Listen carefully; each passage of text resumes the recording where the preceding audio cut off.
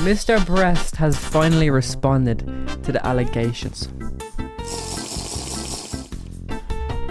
So let's look. I feel like the best way to do this is first show what he said and then show evidence against or rebuttal, or give him props if he is in the right. The main points talked about in the video are workplace culture, transparency, philanthropical and public perception, past mistakes, and artistic context. They're the 5, I don't know how many main points that Jimmy and Oompaville talk about in the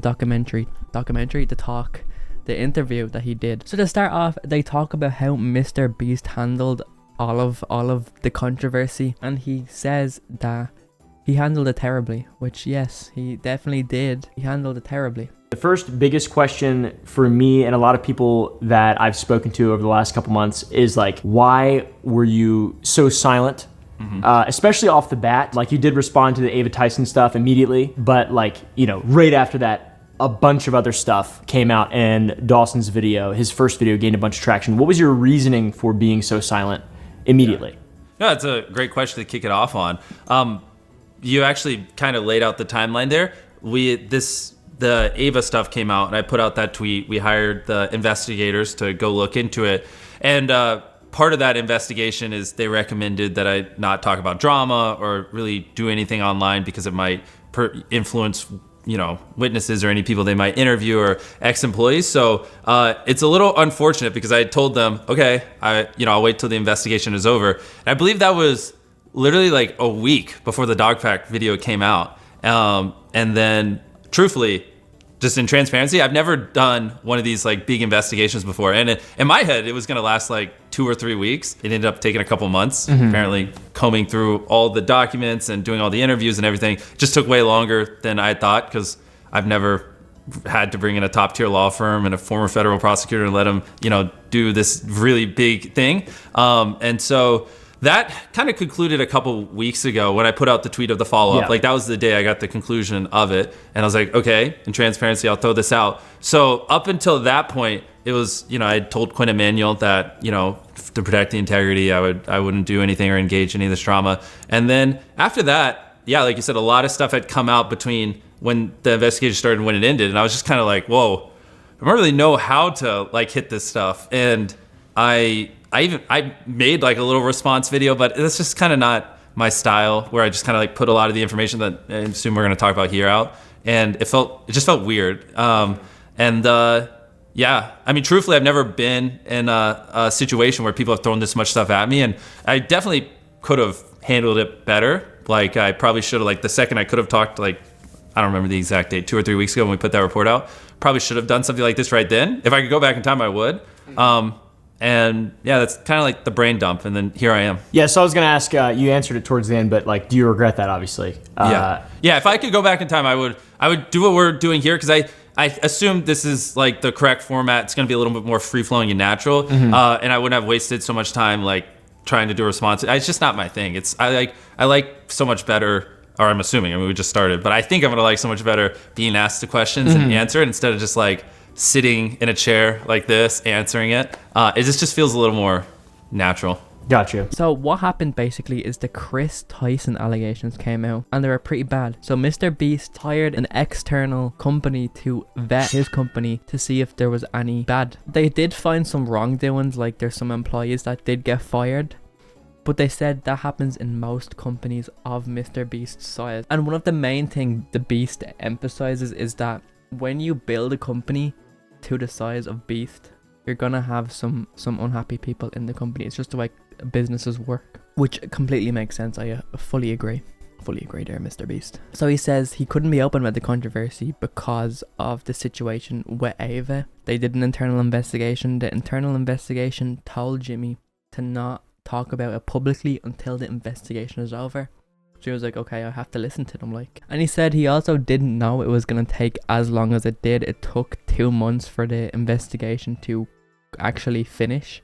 So for 2 months he was silent. And in those 2 months, Dogpack ripped through about 17 videos, which, by the way, is probably slander. Dogpack probably did slander Beast. Some of the allegations, and especially the first video, are just straight out lies and slander. Which Beast said one of the other reasons why he didn't feel the impulse to respond to Dogpack's video is because the claims were so outlandish and he didn't think anyone would ever believe them. Which I don't know about that, Jimmy Beast. I feel like that's dumb for you to think, Jimmy Beast, because it got so much views. You'd think he'd be like, I don't know, Beast, come on, Beast. Now, in the next part of the interview, Beast kind of acknowledges some of the mistakes that he's made. One of the main mistakes that he acknowledges and says that he'll do better with in the future is the CGI. There have been claims that you use some CGI in your videos, that is computer-generated imagery. Do you think the use of CGI can undermine the credibility or authenticity of the content that you're making? And if so, why do you choose to use it? Good question. And yes, I do think rampant use of CGI can undermine it. And I try to do my best to be transparent. Did you ever see So Crispy's video where they showed the behind the scenes of our Squid Game video? I did, yes. Yeah, so we've done that. We've done lots of BTS videos on them, and we've done other BTS videos. So I try to show it transparently, but let me think about it. I mean, honestly, the truth is, like, obviously there are channels like Corridor Digital and stuff like that, but can you really think of any, like, entertainment channels like mine that really do this, like even have the budgets to kind of do this kind of stuff? It's something I've always thought a lot about, because like we're really pushing boundaries, and like I want to like keep leveling things up, and I think that's a cool way to do it. But it's not like there's some like playbook on how to like incorporate it, right? Because no one else really does it. Mm-hmm. Like something I was thinking about is like also we rarely use it. Like, I mean, maybe like 0.1% of my shots.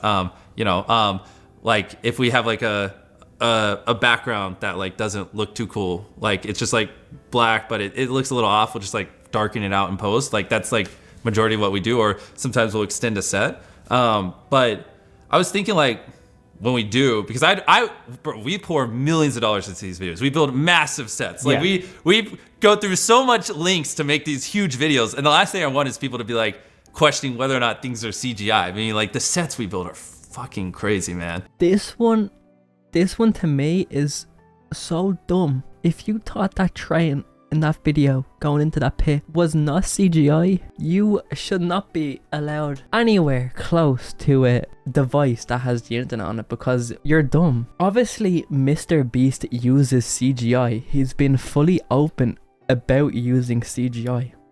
In Squid Games, he literally was like, this is insane, we're using so much CGI, it costs so much to put all the CGI in. He never stated that his videos did not contain CGI. They obviously contain CGI. The globe blew up, bro. That's CGI. You could say they're more referring to about CGI in the challenges, like when they make a space bigger and more bold by using CGI to like expand the area. And I still think it's dumb, because MrBeast isn't making videos to be the most authentic person as possible. He's trying to make the most entertaining, engaging videos. Do people realize CGI can't impact the outcome of the challenge because it's put in after? So the challenge is the same. It's just CGI just makes it look cooler. Now, oompaville does make a good point by saying you could say anything in the video is CGI. Like, say if I make my face funny, this is CGI right now. I'm using CGI and I should be cancelled. Or if you have text on screen, technically it's CGI, computer generated in computer generated imagery. So it's any image on the screen generated by a computer, like this picture, or this picture, or this effect. It's technically all CGI, and every single YouTuber uses it. Obviously MrBeast uses it to the highest degree. They're making the globe blow up for no reason, just to engage you. I would think the videos would be better if he didn't use CGI to blow up the earth 17 times in one video, but I don't think it's even near cancelable, even close. The next point is authentic content, and that MrBeast has not been making authentic content because he's putting people from the staff in his videos, which isn't authentic and could mean there's some horseplay. So is there horseplay going on in the background? No, because none of his staff have ever won a challenge. No, I don't mean in general. I mean like these big 100, 200 person like challenges. None of his staff has ever won those. Obviously, back in the day, he used to do loads of stuff with his staff. So there's evidence that you put your previous employees, friends, whatever, controlled opposition in your challenge videos, such as the 100 boys versus 100 girls video. Yeah. Did you put them in that video or videos like that specifically to rig the outcome of the challenge? Of the challenge? And if so, do you think that's acceptable, MrBeast? I know. That one was a big one. Videos talking about my 100 boys versus 100 girls video in the last couple months. That one... People really talked about that one. So yes, Sagi's video, he talked about this and uncovered it. I'm surprised more people didn't. Like my girlfriend after that video literally went on a podcast and described this. So it's not even like this was hidden information. This has been out there. Transparency. I'll look at the camera. No, they were not there to rig it. I did not tell them what to get out. I did not tell them what to do. They had their own free will. And I really didn't think too much of it. And here we are a couple years later, and that's turning into proof that I put employees in videos to rig them and script them, and they're just filling in for some people who got COVID. So could they not use staff in the videos? Yes.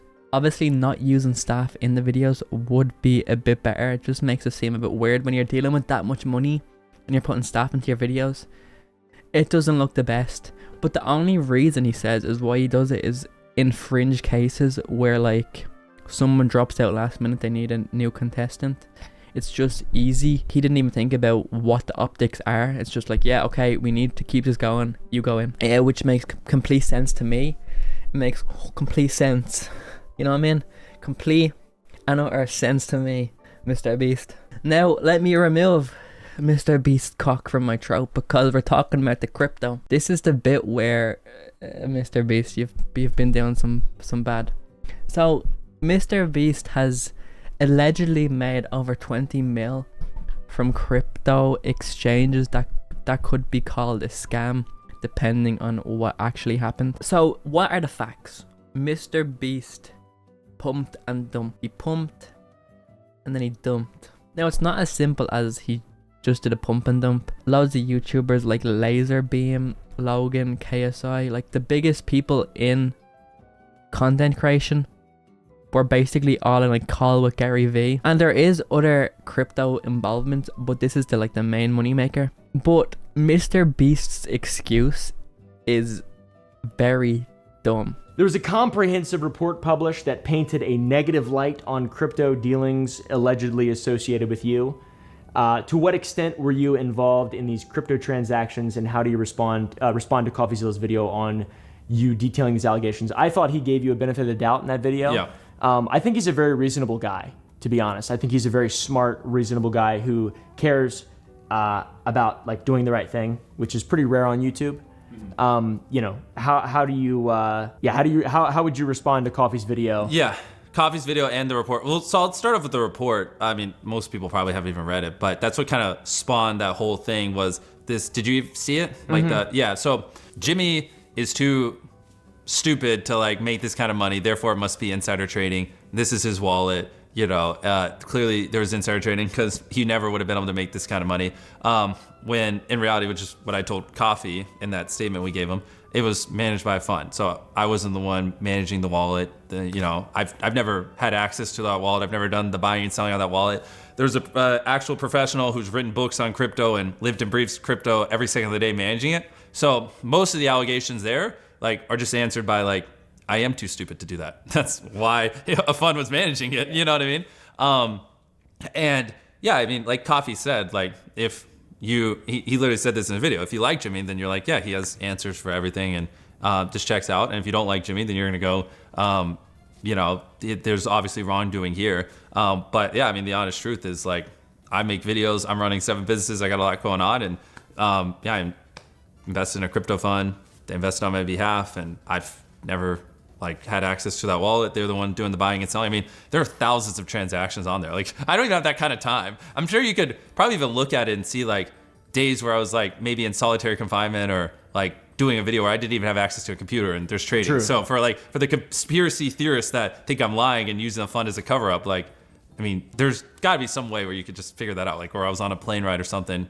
MrBeast said he's part of a fund that's managed by some people who are very into crypto, and every time he wants to put money in, put money out, he has to go through them. He talks to them and they give him their take. They basically control his money. But what actually happened is MrBeast went on impulsive and promoted this crypto. I know you're big into crypto, Yeah, crypto's been killing it, man. especially for you. Agreed. I mean, you've been doing pretty well as well. Yeah. So me and Logan both bought punks. You guys will probably see on his Twitter that he bought a bunch of crypto punks at the same time, right? When Yep. Gary pulled us Yep. in that call. Yep. I was just so pulled by his like conviction. Yeah. That I bought a bunch. Wait. Yeah, I bought quite a few. How many? I don't want to say, but You have to No, say- please. bro, You have to. I bought multiple ones. Yeah. Well, bro, are you in double digits, punks? Double, just shy. Okay, cool. Yeah, cool, yeah. cool, cool. So Yo, if you had, all right, well, he's imagine he just said 60. no. Three zombies. I bought like 8 of them, and they did pretty good. And any zingers? Any like real special yeah, ones? I had some that like whatever 20, 30x. What's a We bought a lot with like the cigarettes because I thought Cool. that was an interesting attribute. Notice how he completely contradicts himself and just says he bought the ones with the cigarettes because they looked interesting. So he did pick them out, meaning it wasn't the fund who managed it, meaning he's lying, meaning debt. Also, CoffeeZilla does have a full video on this he put out the other day. Link in the description. And on Twitter, he also subtweeted this crypto and endorsed them. Also, the Delaware situation is still kind of in the unknown, but I'm honestly, on this one, I'm on MrBeast's side. Obviously, I don't think he'd hire a registry, an RSF. I don't think he'd do that on purpose. And it was 7 years ago when his company was tiny, so I think he gets away with this one, to be honest with you. So what did we get from this 3-hour Oompa video? Well, we got a lot of clarification finally on MrBeast's issues. He didn't talk about the Amazon show, which was another main point, but I don't think he can. He did release the trailer for it yesterday, and someone commented saying, is this where all the bad stuff is happening? And he said, don't worry, when the show does come out, he will release a lot of behind the scenes, which shows that a lot of the stuff that was talked about was completely blown out of proportion. For now, I can finally watch MrBeast again and see the lovely, sexy face of Karl Jacobs.